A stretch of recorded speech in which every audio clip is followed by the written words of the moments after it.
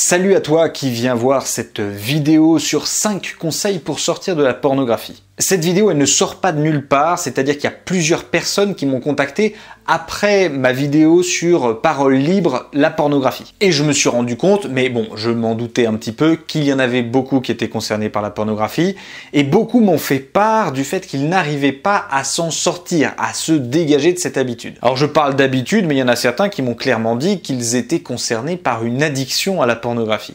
Le but de ces conseils, c'est de t'aider à y voir un petit peu plus clair et aussi à mettre en place des choses dans le but de sortir de cette habitude.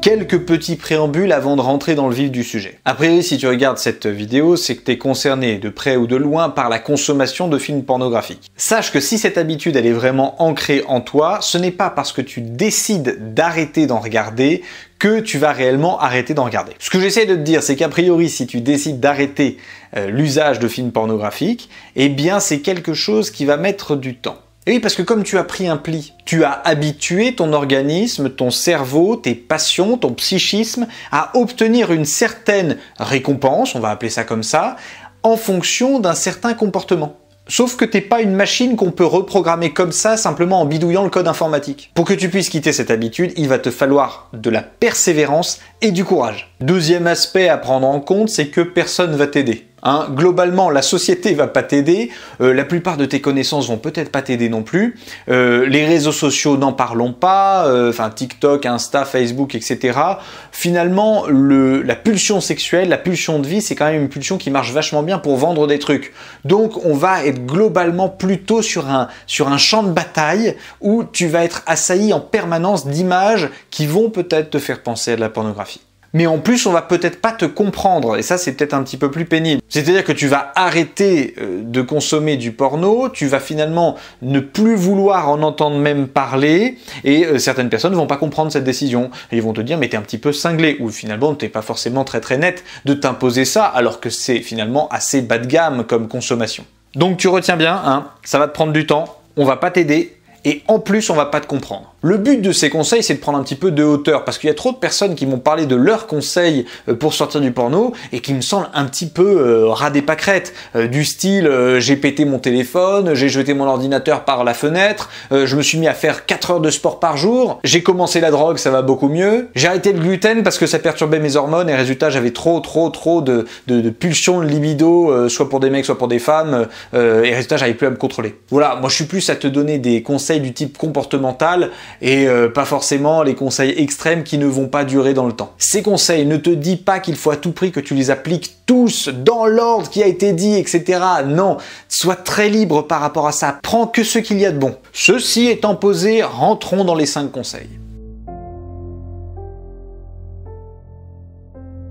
Premièrement, ce qu'il faut faire, c'est dédramatiser la chute ou les moments où tu vas recommencer à regarder du film pornographique. Ta décision d'arrêter le porno, c'est comparable à un acte de déclaration de guerre contre toi-même. C'est-à-dire que ça va être une très longue période et il va y avoir des batailles que tu vas remporter et des batailles que tu vas perdre. Mon premier conseil consiste dans le fait que lorsque tu vas perdre une bataille, c'est-à-dire que tu ne veux pas regarder de films pornographiques, mais malgré toi, tu vas en regarder un, tu vas peut-être te masturber et ainsi de suite, eh bien à ce moment-là, tu ne tombes pas dans le désespoir. Facile à dire, me diras-tu, et là en plus je suis plus en train de te dire un but qu'un conseil véritable. Pour t'empêcher de tomber dans le désespoir, ce que tu vas faire, c'est que tu vas fêter tes défaites. Ah oui, ça peut sembler un petit peu étonnant quand tu l'entends la première fois. À chaque fois que tu vas retomber dans la pornographie, tu vas le fêter. Comment tu vas le fêter? Ça, c'est à toi de trouver un petit peu tes petits trucs.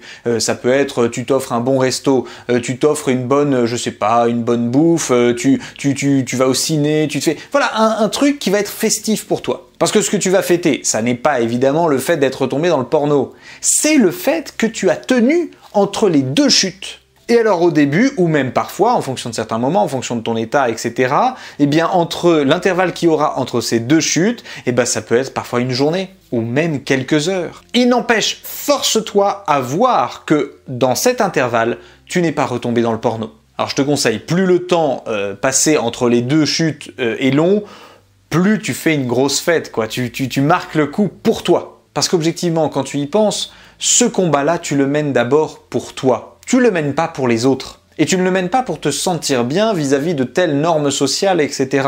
Ce que tu fais, c'est que tu vas combattre exclusivement pour toi. Car tu as le sentiment que ce truc te pourrit un petit peu la vie, soit il te pourrit l'esprit, soit tu ne peux pas t'en empêcher, soit voilà. Donc cette reconquête de ta liberté, c'est toi qui en es à l'initiative et c'est toi qui en fixe les objectifs. Ainsi, lorsque tu retombes, même si c'est après très peu de temps, compte tenu de ce que tu vas considérer comme étant bon, eh bien force-toi à fêter la victoire que tu as menée pendant un laps de temps assez long. Ces jours de victoire, tu peux les appeler des jours d'abstinence, où tu t'es abstenu de finalement suivre le penchant que tu as installé par répétition d'actes. Nous autres êtres humains, on a du mal à voir, dès lors qu'on s'est fixé un objectif, le fait que toutes les étapes pour y arriver sont quelque chose de bon. Ainsi, dans un processus, je sais pas, tu prépares un concours, tu ne vois pas que la prépa est bonne en elle-même, et qu'elle a d'autant plus de bonté qu'elle est corrélée à la finalité qui est de passer un concours. Eh bien, c'est la même chose dans ta course, c'est-à-dire que chaque jour passé dans l'abstinence, eh bien, est une victoire, et donc elle mérite d'être fêtée.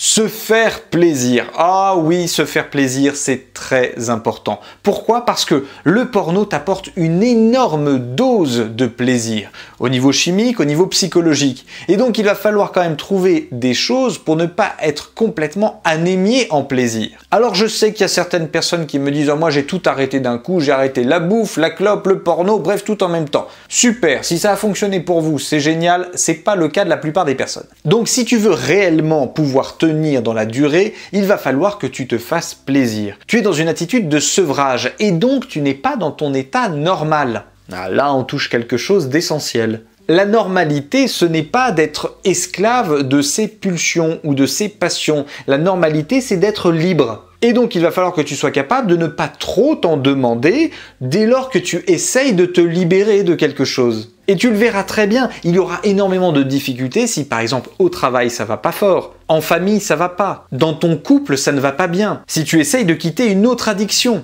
si tu es angoissé, inquiet, malade, en situation de souffrance, que ce soit un mal de dos, un mal de migraine, un mal d'une maladie quelconque, eh bien le combat pour essayer de se retenir par rapport au porno sera beaucoup plus difficile. Donc se faire plaisir, être capable de toujours se ménager un moment pour soi. Ne pas être trop prompt à se dépenser et à se vider de son énergie vitale. Pratiquer des choses qui ne nous en demandent pas trop et qui en même temps nous procurent un bien-être véritable. Et oui, parce que regarder du porno, c'est une consolation. C'est une consolation par rapport aux problèmes de la vie. Et peut-être que ton psychisme ou ton cerveau l'a accepté comme cela, comme étant le seul moyen de se consoler par rapport aux troubles intérieurs que l'on peut vivre. Il faut être capable d'apprendre qu'il y a d'autres moyens de se consoler, et pour cela, il faut les découvrir.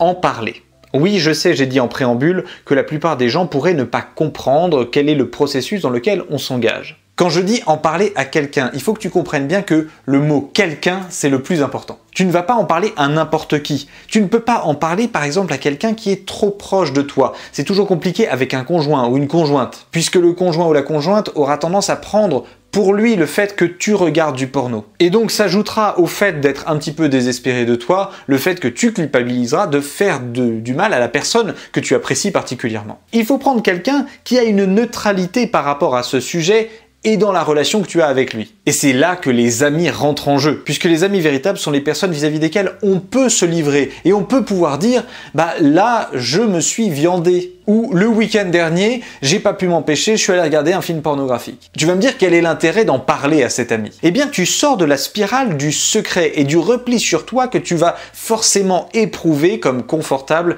dès lors que tu es dans ce genre d'habitude. Il est nécessaire que tu puisses t'en ouvrir à quelqu'un qui sera capable de te dire « tiens bon, courage, allez, relève-toi, ça va le faire, je connais ton objectif, vas-y, c'est bon, je crois en toi ». Et qu'il ne voit pas dans ta chute un objet de désespérance, mais bien plus le fait que c'est l'occasion pour lui de t'aider. L'ami va pouvoir aussi t'éclairer, il ou elle te connaît, il te connaît finalement dans les moments que tu vas pouvoir traverser, il sera capable de te dire, si par exemple tu l'appelles en te disant oh, « je me suis viandé, j'ai regardé un film porno ce week-end, ça a été compliqué », eh bien il va pouvoir te dire « Oui, j'ai bien vu vendredi quand on s'était vu ou mercredi quand on s'était vu que ça allait pas trop. N'hésite pas à me dire quand, par exemple, là tu penses que tu vas peut-être tomber là-dedans. Il y a des amis que tu vas pouvoir solliciter, tu vas les appeler quand ça ne va pas bien et tu vas pouvoir leur dire explicitement de manière cash « J'ai trop envie de retomber dans le porno, comment je peux faire ?» Et là, les amis peuvent te proposer des trucs. Allez, viens, on va se faire un ciné ensemble. Viens, on va faire du sport ensemble. Viens, on va sortir. Ou alors, même, vas-y, parle-moi. Pourquoi tu as envie d'en faire? Qu'est-ce qui s'est passé? Et va pouvoir te permettre de sortir de ta solitude vis-à-vis de cette guerre que tu es en train de mener. Alors là, ça peut te sembler très paradoxal. En quoi le fait de donner l'aumône va finalement te permettre d'accéder à une liberté par rapport à la pornographie? Alors quand je dis aumône, c'est aumône de ton temps, aumône de ton argent, aumône de ton action, aumône de ton affection, bref, le fait de sortir de toi. Eh bien en fait, tu vas habituer ton psychisme à n'être pas seulement celui qui reçoit de la consolation, mais celui qui est capable d'être à la source d'une consolation. Se donner, faire des cadeaux, être capable de se donner dans une association, pouvoir se battre pour autre chose que simplement cette guerre que l'on mène contre soi, eh bien tu vas voir, ça va développer une force en toi et une préoccupation qui ne sera pas seulement toi-même et ton plaisir, mais aussi celui des autres et le bien des autres.